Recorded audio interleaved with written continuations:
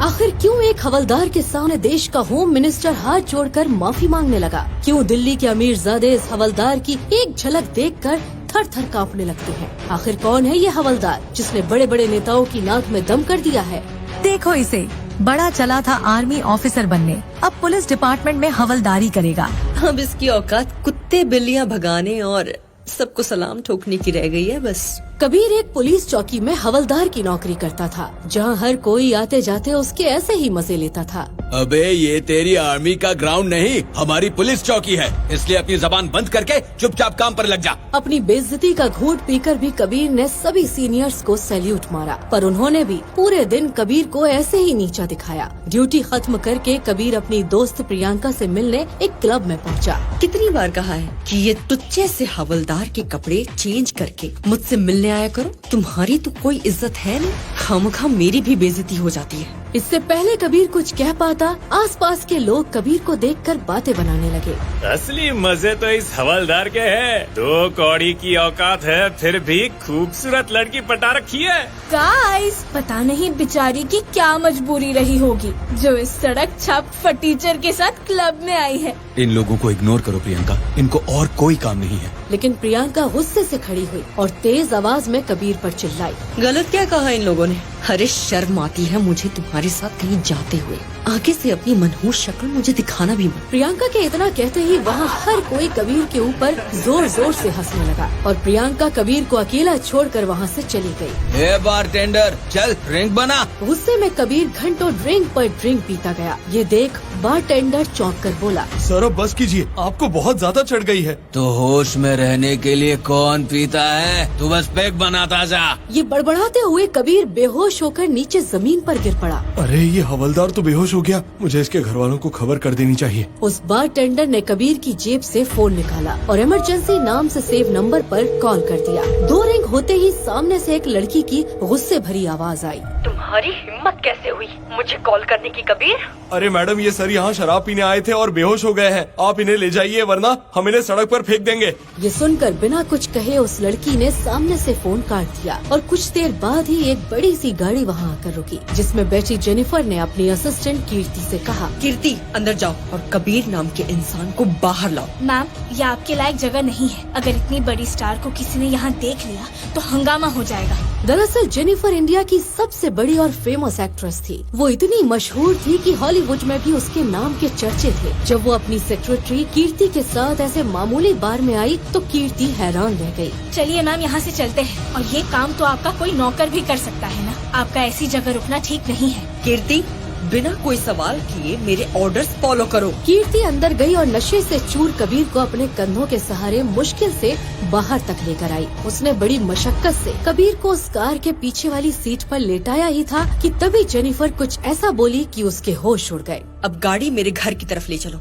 Ma'am, समाज सेवा अच्छी आदत है, लेकिन एक पियक्कड़ को अपने घर पर आसरा देना कोई अक्लमंदी का फैसला नहीं है। कीर्ति इसलिए भी ज्यादा परेशान थी क्योंकि जेनिफर एक बहुत बड़ी हस्ती थी और मीडिया के कुछ खुफिया लोग हमेशा उस पर नजर रखते ताकि कोई मसालेदार खबर उसके बारे में छाप सके। माना इसके पास आपका नंबर था, लेकिन ऐसे तो लाखों लोगों के पास आपका नंबर होगा। इसका मतलब ये तो नहीं कि हम हर किसी को उठाकर अपने घर ले चले। तुम मेरी सेक्रेटरी हो कीर्ति, इसलिए तुम्हें मेरे ऑर्डर्स बिना सवाल जवाब किए फॉलो करने होंगे। जल्दी करो, इससे पहले मुझे कोई देख ले।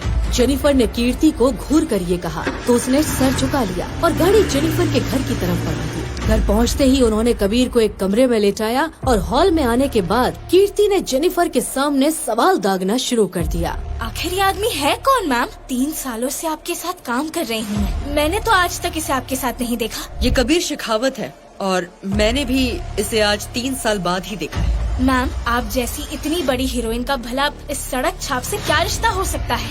उसके बाद जेनिफर ने कीर्ति को कई साल पहले घटी एक रात की वो सच्चाई बताई जिसे सुनकर कीर्ति के तो होश ही उड़ गए। क्या? अगर ये न्यूज मीडिया में आ गई तो आपका करियर बर्बाद हो जाएगा मैम, आप बैंकरप्ट हो जाओगी। मैं उस रात का राज कभी बाहर नहीं आने दूंगी, कभी नहीं। अगर इस सड़क छाप ने आपको ब्लैकमेल करने की या आपका फायदा उठाने की कोशिश की तो आपकी 3 सालों की मेहनत बर्बाद हो जाएगी।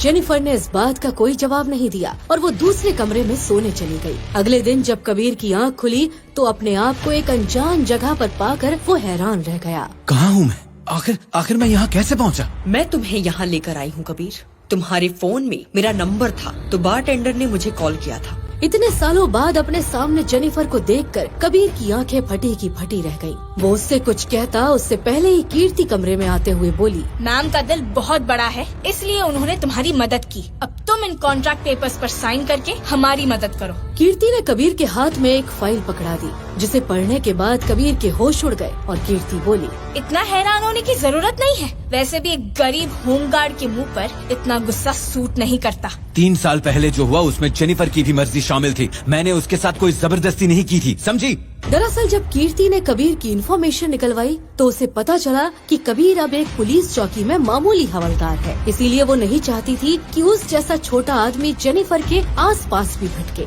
मैं तुम जैसे गरीब भिखारी लोगों को अच्छे से जानती हूँ। इससे पहले तुम मैम को ब्लैकमेल करो, इन पेपर्स पर साइन करके दो। जेनिफर को कुछ न बोलता देख कबीर को गुस्सा आ गया और अपनी बेइज्जती महसूस होते ही वो उस कॉन्ट्रैक्ट को जमीन पर फेंक कर गुस्से से वहाँ से चला गया। कीर्ति, कबीर ने ये राज उगल दिया तो तुम्हें उसकी ऐसी बेइज्जती नहीं करनी चाहिए थी। इसकी औकात ही क्या है मैम? ये 2 कौड़ी का हवलदार हमारा कुछ नहीं बिगाड़ पाएगा। जेनिफर के घर से निकलकर कबीर अपने किराए के फ्लैट पर चला गया, जहां से फ्रेश होकर वो पुलिस चौकी पहुंचा। उसके आते ही उसका एक सीनियर बोला, ए छोटू, आज तुझे पेट्रोलिंग पर जाना है, समझा? और कोई शिकायत आई तो लात मारकर यहाँ से भी निकाल दूंगा। दरअसल पुलिस चौकी में सभी कबीर की काबिलियत और ईमानदारी से जलते थे, इसीलिए उसे बात बात पर नीचा दिखाते थे। लेकिन कबीर ने अपने सीनियर को सैल्यूट मारा और पेट्रोलिंग पर जाने की तैयारी करने लगा। तभी वहाँ कबीर का एक साथी घबराते हुए बोला, जिस जगह पर तुम्हें पेट्रोलिंग करने भेजा जा रहा है वो खतरे से खाली नहीं है, वो गुंडों का इलाका है कबीर। मुझे सीनियर के ऑर्डर्स फॉलो करने ही होंगे। कबीर पेट्रोलिंग करने गया तो उसने कुछ अमीर ज़ादों की गाड़ी रुकवाई। एक लड़का गाड़ी से निकलते ही कबीर पर चिल्लाया,